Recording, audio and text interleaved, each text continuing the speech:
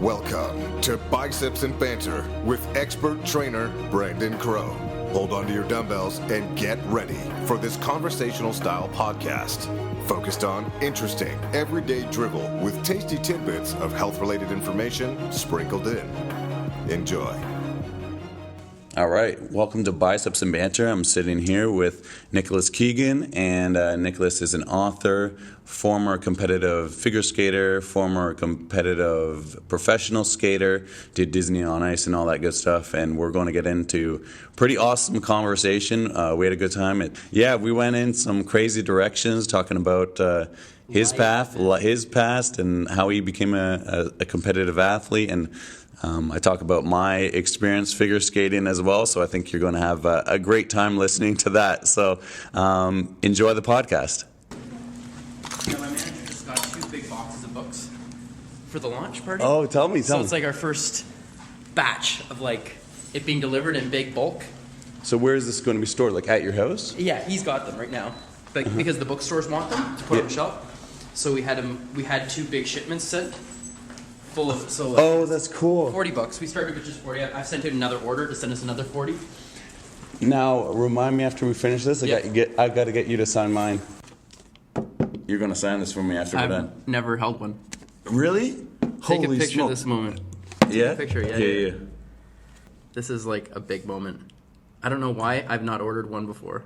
What? Yeah. You haven't even Everyone has a copy. You haven't even held your own book yet. No.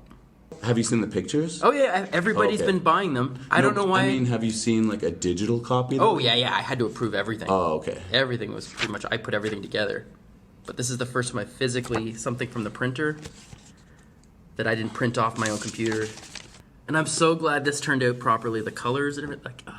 You chose everything. Everything was put together. I put everything together, but it's so different when you're putting it even the cover, I did all of that. I laid everything out for the designer because I didn't like what they were doing. Did say that. Okay. Oh, no, I'm not editing it. Okay, they know it. Okay. So I literally cut and pasted. I went to Walmart with these images. No way. Cut and pasted and put this whole thing together and sent them a copy and said, "This is what I want it to look like." Yeah, the weirdest thing about this is being this moment we're sitting in right now, holding this book for the first time. When you put this whole thing together, I mean, it's such a massive project between the book editor, all the people that are brought into the picture.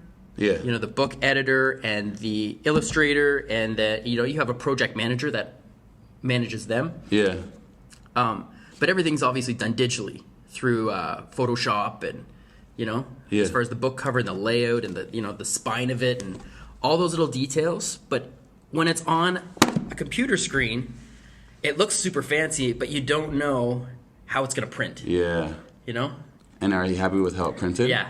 When I was writing the book, because the first novel is very autobiographical to my own life experience. Mm-hmm. There's a lot of things, especially in the first 4 chapters, that it's completely me. Completely me. But I flipped it into the part of a girl. Right. Because that way women will relate to the lead character. Right. So you said first 4 chapters. So if I was to read the first 4 chapters, I haven't yet. Sorry, I just got this on you Friday. Just right. Yeah. So if I was to read the first 4 chapters, everything that happened to me. Really, 100%. Pretty much. And no embellishment. I'm trying to think. Not really. No. I mean, everything's written in fiction. I've put everything in fiction to make sure I don't get sued. Yeah. And had lawyers look over it. I was very paranoid and very careful about that. Here's my question then. If people read this, and everybody around will know the story, right? Could they then take it to a judge and be like, no? I guess because it's not their name. It's not their name, and it's not their likeness, and there's nothing. I really put a good 3 months into just developing the characters to make sure that they were 100% fiction. 100% fiction, but the story is real. But the story is the story. Because this book takes place over the first 6 months of her career, her first time on the road. So I've packed a lot of different stories of what happened to many, many different people and packed them all into one 6-month period. Absolutely. Oh, that's cool. Yeah. So the girl in the story. Yep. Like the first 4 chapters are 100% me. 100% you. Like so I'll just give like in the first. Tell me. I think it's the second chapter. The end of the second chapter, half them almost get fired because they went skinny dipping in the hotel pool. And that happened. Yeah. Oh. I almost got fired my first week on tour. Oh, nice. Because I was working for, I'm not gonna say what company. Yeah, a big company. Yeah. You know, its lead character has ears. Okay, yeah, okay, I got you. Yeah. You know, I was working for Disney on Ice, and we all just got drunk and decided to go skinny dipping in the hotel pool. And we got caught by security cameras. And the entire management found it, and we were all in a lot of trouble. That's hilarious. How old were you? I was 22. 22. And the girl in the story, is she older or younger? She's younger. I put her at 18. 18, okay. Yeah. But similar timeline, like just starting your figure skating. Just starting, and you show up and you get into something your professional career as like a figure skater. This is, you made it. Yeah. And this is is it one of your first gigs? Yeah. Like big gigs? Yeah. But, I don't know, there's a lot of things with this book that, I like when I wrote this book, like I didn't want to just write my own little autobiography. I didn't, like that's not why I wrote it. A big reason I wrote the book is, I don't know how to explain it, but to say that when you're living that life as an artist, there is this sense that it's not a real job. And there's a lot of depression and embarrassment that comes along with being in a career path that other people don't take seriously. And that was something that I don't know how to explain, but it's something that within the first chapter, because it was explained to me on the plane. And I made sure that the lead character, it was explained to her the second she got there, that you're gonna realize when you go home, nobody no one will take you seriously in life. Even though you were a professional and you're making money, and you're doing Disney on Ice and everything, people think you're doing just. They're just like you need to grow up. You need to grow up. When I wrote this, and I was actually talking about this, discussing this with a friend, I was like, I got to put this conversation in the very beginning of the book because it's so important, because it's such a huge, weird obstacle emotionally and psychologically to get past, to be an entertainer. You not caring what people think outside of it all, because you can tell they judge you and they put you down, even though they don't put you down, and they're not criticizing you in a negative way. They're trying to help you. They think they're trying to save you by saying, when are you going to get a real job? Or they're not. Their intentions are good because they want you to land on your feet, and they know that this is not a forever thing. This job that you have, or they think that you're capable of more, or you should be striving for more. And this is just a temporary thing. It's some kind of temporary thing, or you're somehow lost. Yeah. You're in a weird place. You're just lost, and they don't get that. No, this is like a real thing, and I'm not lost. This is who I am. And this is your passion, and this is what you want to do. This is the career path, and this is. And I realized when I had this conversation, because the friend that I had this with was much older, was retired. And was a CEO type, very, very successful. And we were having this conversation. She said to me, you have no idea how many people feel the exact same way about their job because of the fact that they don't have the big title or the corner office. Oh, yeah. There's this idea that if you don't have if you're in the corporate world and you don't have that corner office, with the big Christmas bonus and the big everything, you don't have your own parking spot in front of the building. You haven't made it, and you somehow you think less of yourself, like it's not real enough. There was an experience actually when I was working on the cruise ships for Royal Caribbean, and Royal Caribbean hires phenomenal entertainers, like such talent. And one of some passenger, because you mingle with passengers, and one of the passengers came up to one of the singers, who's phenomenal. I mean, the girl is amazing. And, this is what she does for a living. She works cruise ships and makes really good money. She's like one of the highest paid on the cruise ship line. Can you name drop? Yeah, Angela Callow. She's phenomenal. If you look her up, websites, wow, that girl. Yeah. She is phenomenal. She's, Angela Callow. Callow. Yeah. I'll have to check that out. She's phenomenal. Like a vocal talent that's just like unbelievable. Anyway, someone came up to her and was like, this is a really good platform for you. And she was the passenger was being very complimentary. Like, you're fantastic, you're amazing. You know, kind of like, what are you doing here? That's what the pastor was basically trying to say is, she was like insulted. She's like, this is what I do for a living. Yeah. I love my job, and this is what I do for a living. Well, and, you know? Like, even when you look at the Olympic athletes, people see that as amateur hour. Like, they're amateurs unless you're like a Michael Phelps or unless you're like a whatever, you know, top of the top. Unless you're absolutely winning gold medals. Yes. Everybody underneath the gold medal, the silver medal winner goes home and the mom's like, when are you going to get a real job? This Olympic thing doesn't look like it's working out for you. You didn't get that gold. Yeah. It's time to go work at Staples. Yeah, that's true. It's really interesting how our society is structured. It's not even, I don't even think how much money you make. It's success is built on so many, like the way we perceive success. Fame in any industry is so much bigger than how much money you make, or you know, doesn't matter what kind of business you're in. If you Google that person's name into the Google search engine, if things pop up, it's like, wow, you're successful. Yes, right. Meanwhile, that could mean nothing. Yeah. Anyone can create a website. Well, anyone can make themselves look, you know, but in the world of any kind of profession, it's what pops up there and people. It's true. Well, I mean, even for me, like, I will pop up on Google searches, and sometimes if people type in Toronto personal trainer, I may show up at some point in the Google search. But I'm not Tony Horton of P90X, so I have not made it yet. Right. Not until I'm Tony Horton. You can see that, though. Right. You can see it's the same thing. But it's interesting how, you know, because I'm all over the internet from the TV shows that I've done, because I did a lot of TV shows in Europe, so there's like thousands of YouTube videos and all these different things. But you're not Elvis Stoico yet. No, so I'm not that guy. So you have not made it. You're not Elvis Stoico. I'm not on that level. But for somebody that doesn't understand, that goes on there and sees that, they're like, oh my God. You know, but it's like, whatever. I don't know. And you know, it's interesting because you come home from tour all the time, and when you come home, there's this weird in the real world, you know, you pay your rent or your mortgage, and you have a home, and you have a car, and you maybe have pets, and you have all these things that kind of anchor you to reality. But as an entertainer, whether you're struggling on the road, you know, you're just floating, or you're super famous, there's not really a lot anchoring you. You know, I mean, there are huge rock stars, movie stars. They've got the big mansions, but their life is in floating mode. Yes. You know, and I think a lot of the reason they turn to drugs and they slide into that they're not able to connect to the real world because their job doesn't give them doesn't plant the roots.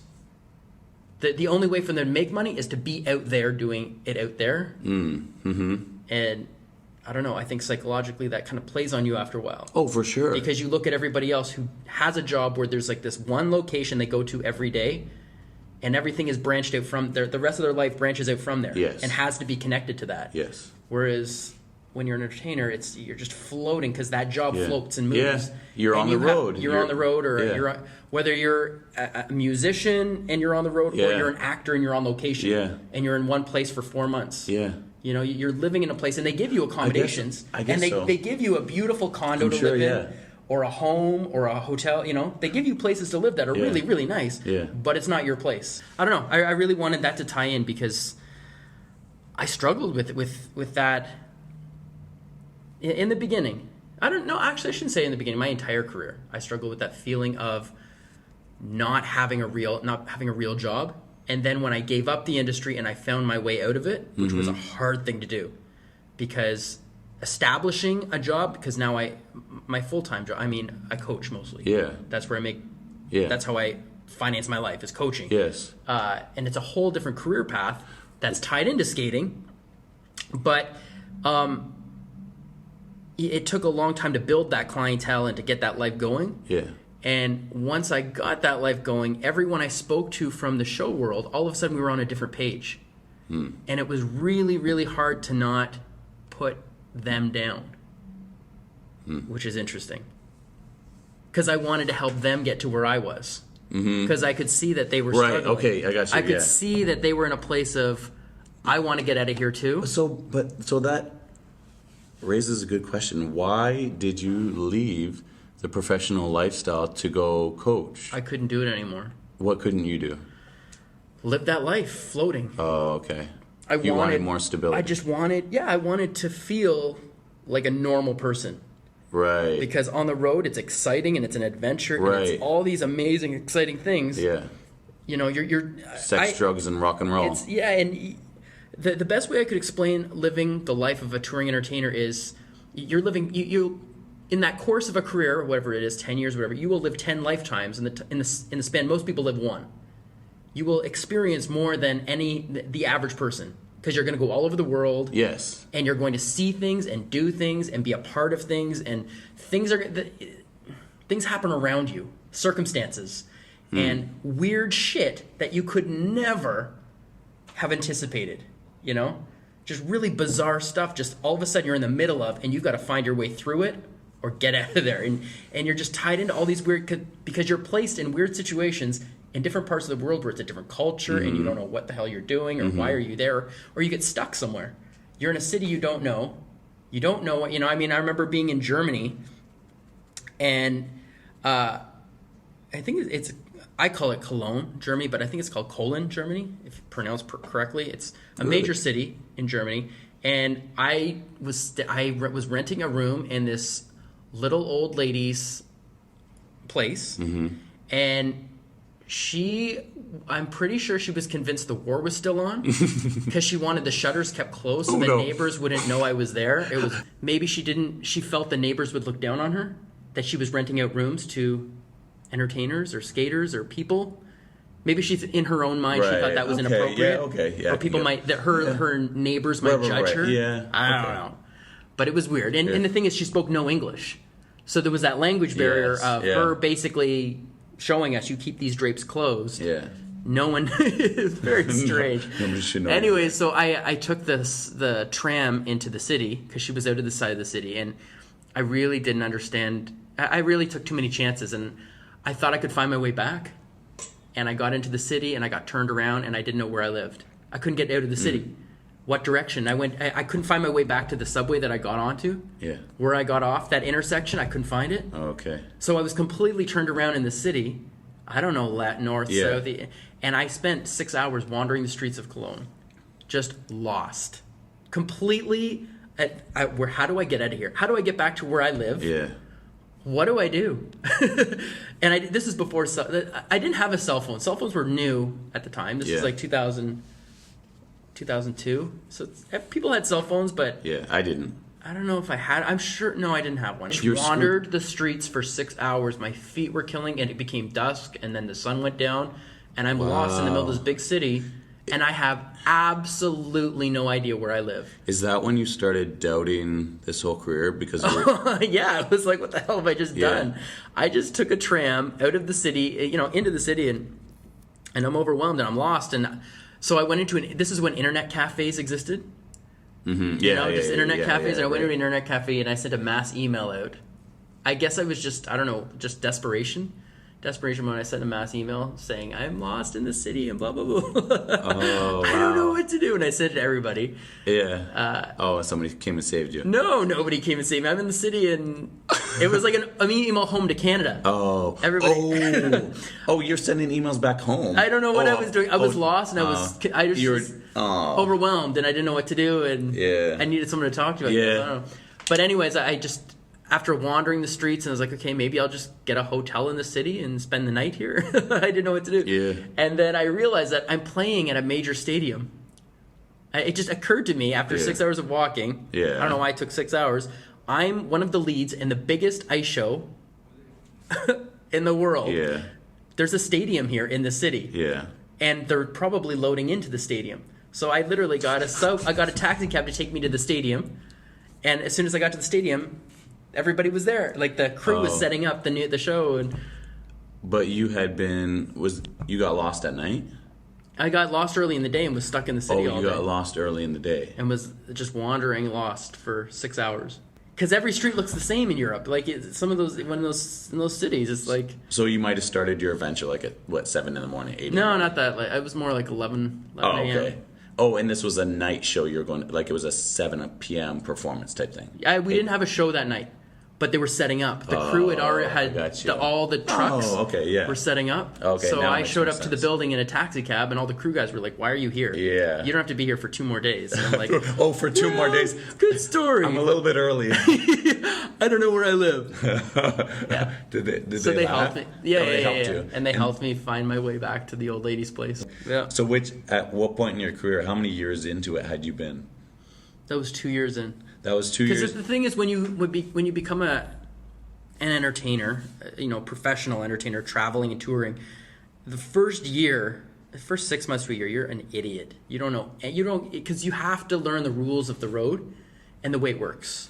Because, like if you pass by a convenience store and there are little things that you might need, like deodorant, get it. Because you might run out in 3 days and you won't have access to that kind of a store for a week and a half. Oh, wow. So you've got to always be thinking stock up, little things like that. It's your 1 day off. You need to do laundry. You better get to a laundromat. So that was a couple years in, and then... Yeah, so that was 2 years in. That was 2 years in? Yeah, at that was point, 2 years in. At that point... That was my first major role in a big show. First major role in a big show. Was that the first time you realized that maybe I don't want to do this, or had you thought about that? No. Okay, I loved it. Oh, you loved it? Yeah. No, but I mean, you getting lost in Germany. Oh, that was a day of what am I doing? That was scared. But then, confused and say for instance, the next day or the day after, once you started skating again, you forgot about that, and then you're like, "This is my life. This is my passion." Because so I'm going on tour every day is a weird, crazy adventure. It's not like normal life. Yeah. Which is part of the addiction that makes it hard for you to leave that life. Yeah. You get sucked back in because you say right. Skaters. I mean, there's been skaters who have thrown themselves their own retirement party and then come back because they miss it. Yeah, they're back in September. Oh yes, yeah, it's May. It's the end of the season. Yeah, they throw a big party. People bring them gifts. Yeah, and then come September, they are right back there on the bus. And if you take it seriously, you're completely 100% committed. So I totally get that. It's like this journey, and once you start that journey. You are like on track, and then the journey ends. Yeah, and then what do you do? And then there's that depression mode of, well, now what? Yeah. And generally, people cycle back to the beginning. And okay. It's like, start back from scratch. But then there's some people that go into coaching. I'm sure. Yeah. Lots of people like you. Yeah. But okay, so what was the deciding? So you had some doubts here and there, but what was the straw that broke the camel's back? And you're like, I'm quitting show business and being professional, and I'm going to go move into Toronto and coach. It was a really bizarre situation with a producer, and my partner and I were dumped, and I would say dumped, at 2 in the morning, 1 or 2 in the morning in downtown London, England. Yeah. With nowhere to stay. We were just dropped. Like dropped, you mean like... Pulled over to the side of the road and left on the curb with our suitcases. Nowhere to stay. Wait, you mean like literally? Yeah. No plan of attack. Why? What do we do Why did you now? Why did they do that to you? What was the factor? Contract was over. No. And we tried to negotiate with them, and it's a big long mess, but they basically just dumped us on the side of the road. And no, but literally. Yeah. But it was one of those, you're in the middle of it all and you're stressed out and you're just like, we'll figure it out when we get there. But why didn't you go back to them and say, like, why didn't you renegotiate a contract? They weren't the kind of people to deal with on that level. Really? It was a bad situation. It was just a very, very bad situation. It was a horrible, so they weren't nice people to begin. Horrendous situation. Yeah. Horrendous. Does that happen a lot in the industry? Like just nasty people that don't... Not like that. No. No, okay, this was particularly bad. Yeah, so they just dropped us there, and I remember us standing in the cold. It was a cold night, and we were at a train station, and it was just dead, because it was 1 a.m. And the train station it's not like in an airport where it was dead. And we stood there, and we're like, okay, what do we do? Do we just kind of hang out here for the next pretty much 10 hours? Do we just sit here on a park bench for 10 hours like homeless people? And we were tired. We just done 3 shows. We were exhausted. And so we were like, no, let's go find a hotel. Mm-hmm. We'll get in a room. We'll just crash on the beds and we'll sleep it, And it was 1 a.m. And I remember waking up because we only had, we remember waking up and being in a panic of where are we? Because we had wandered the streets at night So we didn't know where we were. Yeah. We knew we were in London. Yeah. But as far as where we were exactly, we had no idea. Oh, man. Because we had been wandering up and down side streets from Paddington Station for an hour and a half. So we really had no idea logistically where we were. And we just gathered we quickly showered, gathered our stuff, and we went to and it was just, oh my God. And I remember us getting back into Paris and just being like, how did we fall into that situation? Wow. You know? And the worst part of the whole thing was we only took that job as a favor to that producer. Because we were flown in for a week. Wow, and that same producer dumped you like that? Yep.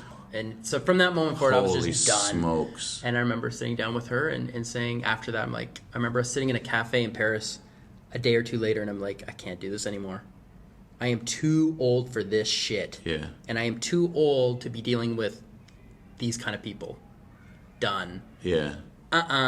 No more. I am out of here, and she was like, I totally understand, Your partner? Yeah. Is that who you have tattooed on your neck? No. This is another female single, doubles partner. Yeah. How long had you been working with her? What's this? This other partner. Like the partner that wandered through the streets with you. How long had you been partnered together? We did about 5 years. 5 years. And did lots of TV shows. Lots of TV shows too. It was just, it was so weird. And then you told your partner, I've had enough, I'm leaving. It wasn't not to do with her. She was awesome. She was awesome. But I just couldn't keep up with the life. Did she stay in the business? Is she still in the business? Yeah. What's her name? Can you name drop? Yeah, Florentine. Florentine? Yeah. If you Google me, she's everywhere. She's awesome. But it was just one of those, I am done here. Nicholas and Florentine, if I pull that up on Google, you'll pop up. There's a million videos, yeah. I'm going to go check it out. But yeah, so... Wow, that'd be actually really cool. Yeah, so, I don't know, but it was an interesting... But that's how it ended. I just like, I can't do this life anymore. I won't. It was just like, as certain as I could possibly be that I won't deal with these people anymore. I will not walk into this kind of a situation. I'm just too old. There comes a point in that kind of a lifestyle where you come to a crossroads of, this is not acceptable, and I won't, and that was the moment. Not going to take it anymore. No. Wow. Yeah. Good for you. And then you moved to Toronto. Yeah. Did you know that people make fun of people from Toronto because we don't. We'll say how we say it. So what was that movie with? Was it Ben Affleck? Ben Affleck, and he plays like this. He's trying to get the U.S. embassy people out of some country. Oh yeah. And then, Argo. Argo. Yeah. And then he goes. What does he say to them? They're trying to practice who they are. Right. And this person reads the thing. Hi, my name is Betty Sue. I'm from Toronto. And then Ben Affleck's like, boom, you're dead. They don't pronounce the T. Yeah. It's Toronto. Yeah. But anyway, so you decided to move to Toronto, Ontario. Yep, and started coaching and the rest is kind of history. Yeah. Did you have to build up your client base? I'm sure, right? Yeah, and that took some time. Did people, like when you started coaching, did people say, "Oh, I want to work with him. He's a like former professional." Did they know you enough to know? No, nobody knew you like that then. No. Yeah. So unless you were Kurt Browning, Elvis Stoico, top of the top, nobody really knew. No, you're just starting. Yeah. Yeah. Okay. Yeah, because everything I had done in Europe was, as far as the fame, like all the TV shows, that was all in Europe. So I was nobody here. Oh, okay. Now if I coach there, so people I would have had this big profile that people were like, "Oh my god." So why did you decide not to coach? I guess you couldn't work overseas. No, I had a visa. I had visas, and I'd gone through all that process because I had spent pretty much 15 years over there. Then why did you not stay in Europe? I could make more money here in Toronto. Really? Coaching. No way. Yeah. Even though when you're over there, you're more recognizable. Figure skating is much bigger. Here? Yeah. Here. Okay, yes, okay. Yeah, so it's a whole different, here in Canada, figure skating and hockey are big sports. Yeah. You're coaching a little bit more hockey players, but you have other clients, obviously. Yeah, I have figure skaters, but the majority of the work that I do is with hockey, and I like it. Because with hockey, you can see results instantly. Yeah, I can fix something in 20 minutes with a kid. You know, Right. Whereas with figure skating, I'd spend 3 months just to make the smallest, the tiniest little incremental improvement. Because figure skating, I compare figure skating more to golf.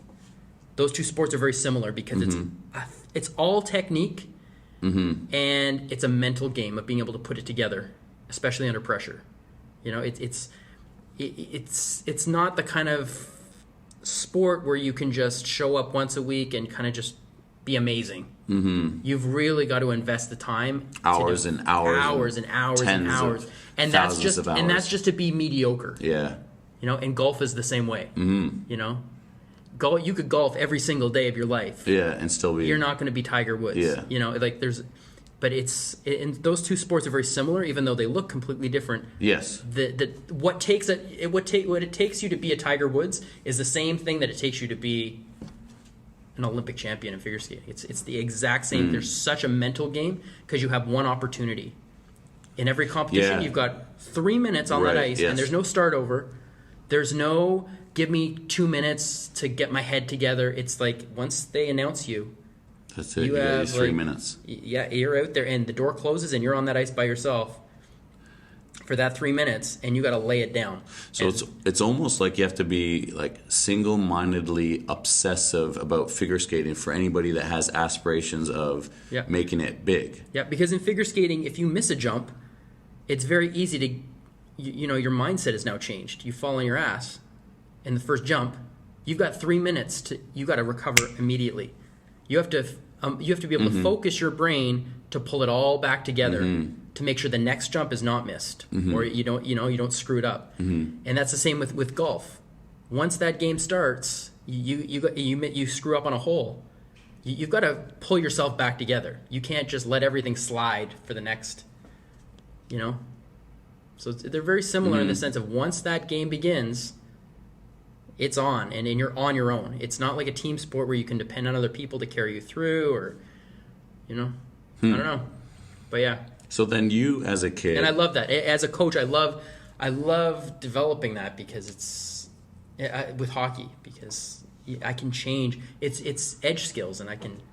Yeah, you can say oh, put your knee this way. I don't know what you do, and instantly he's so much better. Instantly, or she so much better. Instantly.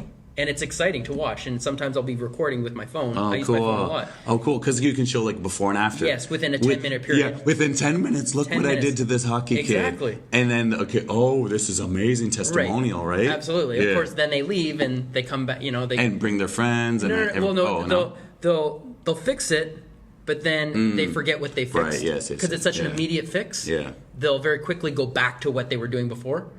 So it's really a constant. They've got to practice every week. They got to show up to practice with me every week so that we can make it consistent. Right. Because I can fix it immediately. Exactly. I don't know. So you as a kid, how long did you put into your craft? Because you basically you made it. You're a professional figure skater. You're working for Disney on Ice. You made it. Yeah. So you as a kid, that must have been like super driven and focused. Yeah. Throughout your childhood, like how long were your training sessions? What were you doing? And like how often and when did you start? And I started. Tell me that. When I started with hockey at age 2. Wow! What? Yeah. What do you mean you started hockey? I started skating at age 2. So basically, as soon as I could walk, I was skating. I was on the ice. Whose decision was that? Because you can barely talk. So how can you say put me in ice skates? Well. Who put you in ice skates? At the time, Wayne Gretzky was at the prime of his career. Because I was born in 78, so Wayne Gretzky was just taking off. Kind of like early 80s. Yeah. So everybody wanted their son to be Wayne Gretzky because he was like that new kid that was just emerging on the scene, and so.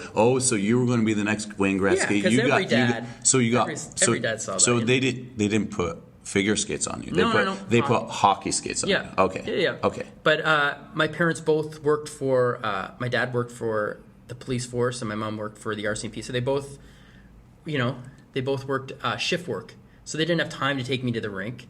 They took me once or twice, and I seemed to enjoy it. I guess just standing on the ice. We lived across the street from a rink, but they didn't have time to take me. So like an outdoor rink. Yeah. In Don Mills, and so. They would put me in the kitchen on the linoleum floor, and I would just skate back and forth on the plastic. the no-wing floor. Oh, cool, yeah. And I destroyed the floor, but the floor was from the 70s. Yeah. And it was now outdated, so they knew. Oh, they were renting. they didn't care. Okay. They were renting, so they didn't care. Yeah. And also, they knew this was gonna be kitchen replaced, needs to be redone. Yeah. Because the styles are changing. It's now going into the 80s. Okay. Yeah. You know. When was you? Do you remember? So I would skate back and forth. Yeah. Through, it was only like 4 or 5. It was a small kitchen, 4 or 5 feet back and forth. But as a 2-year-old, 2-year-old, 3-year-old, that's a big space. Do you remember that? Do you remember that? No. Skating back? Oh, they tell you stories. Yeah. Okay. And I had pictures. You have pictures. Yeah. When was your first memory of being on the ice? Being on the ice with skates on and everything. I don't know. I do have a flicker flash memory of being outdoors at that rink. And that would have been between 2 years old and 4 years old. There's like a moment, how bright the lights were. And just everyone flying by. Yeah. Like I have that, but that's it. I remember. It's like a blurry photograph I can kind of see in my mind, but I don't know. Yeah, so I've told you before that my mom put me in figure skating. Yep. So it's actually pretty funny. So I actually was one of those kids that wanted to play hockey. Wayne Gretzky was still big when I was a kid. Yep. I wanted to play hockey. And I had like the sailor outfit, and I had the coach. I had the personal coach because my mom, and it wasn't even group coaching. It was one-on-one. Do you have any pictures of this? I do. I'll send you some. You know what I'll do? You're sailors. You know what I'll do with this? Funny. You know what I'll do with this episode? I think would be amazing. On social media when I announce this episode, I'll post maybe like on a Tuesday or something. What is it? No, Thursday. Throwback Thursday, and I post a picture of me. Oh, I did a great interview with Nicholas, whatever. Yeah. Oh, I used to be a figure skater, and I think that would be a cool lead up, right? Yeah. So when I went from the hockey. Sorry, continue. Totally off I'm just gonna just so we round that out. Yeah. So I started in hockey, and my dad was a coach, and he was very young, and as a dad, very immature. Like he would yell and scream and curse, and I was a 4-year-old, 5-year-old on the team, and he would be screaming and yelling obscenities. Yeah. And so he would, got fired from volunteer coaching positions. So I found figure skating at the rink, and I knew instantly he wouldn't want anything to do with it. Right.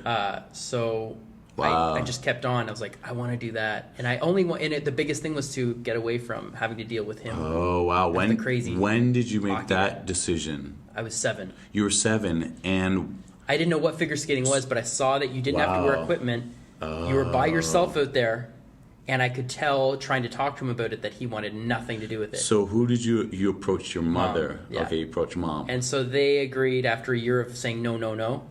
1 year it took. 1 year of begging. But I also went into the hockey dressing room as a 6-year-old, I guess. Yeah. And spent that whole year talking to all the other boys on the team. We should join figure skating. At the age of 7, I did both hockey and figure skating. Okay, hockey and figure skating. My dad and them saw it was Wayne Gretzky also did figure skating. Okay, so they could justify it. Okay, so it was like a transitionary period, and maybe he's going to come back to hockey. Yeah, that was the whole plan from their point of view. Oh, so they want to make you a better skater. But as soon as I got into figure skating, I entered a competition, and I won. And then you were hooked. And then it was just like, how do you tell a kid that just won a competition, no, you can't do this anymore, So it just kind of took off from there. And you're about 8 or 9 years old when you won. 7. You're 7. Oh, so when you did your first year of figure skating, when you were 7, and you won your first. A couple months in. A couple months in. Yeah, because so you're a natural. Yeah, because I'd been skating since I was 2. So I had the basic skating skills. I could already skate forward and backwards. Do the turn and stop. I could all do all that kind of stuff. Which kids when they're 7 years old typically can't even stop? But I was already there, so it was just a matter of now learning tricks, jumps and spins. Yeah. So I did that, and then it led to pair skating. I became a pair skater, and then went to nationals and Canadian championships. And So when you became a professional, did people approach you, or you had to go out and give people your resume and say, this is what I've done, this is how great I am, I've won these competitions, you should look at my tapes? that's an interesting thing. Because they didn't have like YouTube, so they couldn't. Right. You couldn't say look at my YouTube page or whatever. Right. So how do people? That's how they do it now. It's all YouTube. Yeah. Oh, of course. Yeah. But at the time, well, first of all, when you come into the amateur world of figure skating, that competitive, even if you've been to internationals and nationals, and you're really freaking amazing, you have no understanding of the professional world of show skating. That whole Disney on Ice, all of that ice show stuff, you don't understand. It's a whole different world. Two different worlds. They're run by different people, different set of rules. It's all not connected in any way. So you have no understanding of how the business end of it works. Because when you retire and you go into show skating, you're now kind of a company. You're self-employed, and you're being hired out on contracts. So you have a career now to manage. That involves contract negotiations of who you're going to work for and what you're going to make and all that kind of stuff. And where you're going to go and what can you find, what jobs can you find. Yeah. All of these things are on you to find. Sorry, did you say you had an agent? No, there's no such thing really as skating agents. Unless you're at the Olympic level and you're making big money. So you had to hustle all yourself. Yes, the hustle is completely on you. Oh, wow. And you're completely on your own when shit goes sideways. There's nobody to kind of protect you or take care of you or, Just like the producer that dropped you on the side of the road. Yep. You're just like, fuck, how did this happen? How did I end up in this mess? Oh, no. Yeah. So, but you don't know any of that stuff, and that's in the book that I wrote. I really had to focus the first book because it's a series. There's 3 books in the series. The first book really had to be about explaining all of those things you would not know unless you were in the industry. And it's all the things that I learned. Right, because I have this is a completely different, this is new, this is all new to me. Yeah. I have no idea that this world even exists and how it's created and functions and how dark it can be. Wow. Yeah, and when I wrote this, that wasn't my first intention. I was just going to write stories and write it the way I wanted to tell it, but I couldn't do that until I explained certain important things about making that transition. Yeah. And learning and so I made the first book about just this girl and her friend. The two of them both show up. They're both 18. They show up. They don't know each other until they get there, and they become roommates. So this friend in the book, is this actually a friend that you had met as well? No. Okay, so this is a fictional friend. They're both fiction. Okay, yeah. Even though the main character is predominantly autobiographical, like it's me, right? Okay, but I've put into the framework. Of to make it work. Okay, to make it work for the audience. Yeah.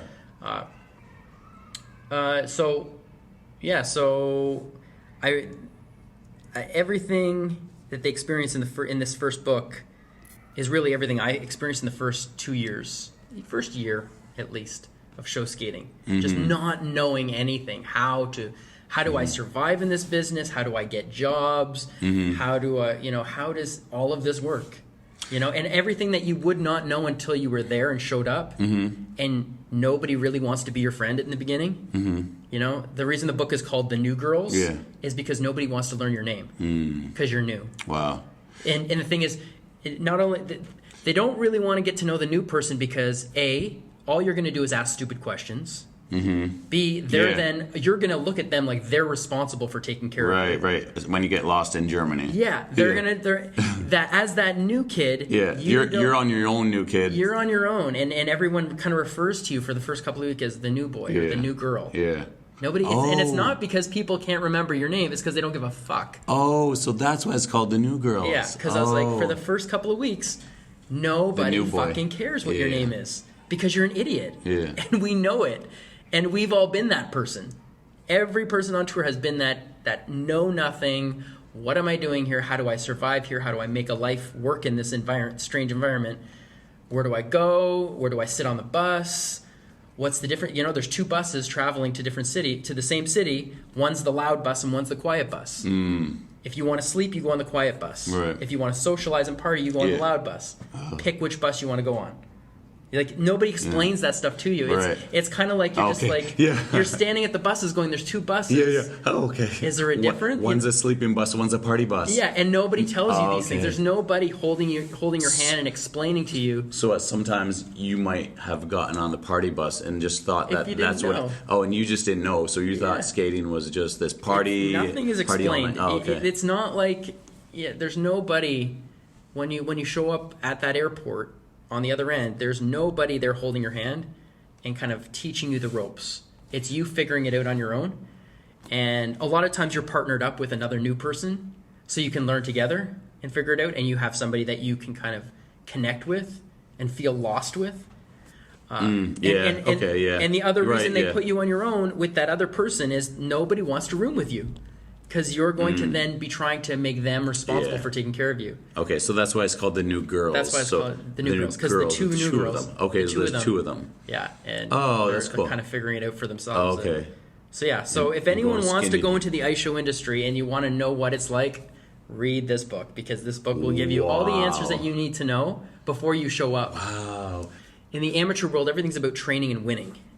In the show world, it's about just get to the show get to the building on time, make sure your shit is together, make sure your costumes are preset, unzipped.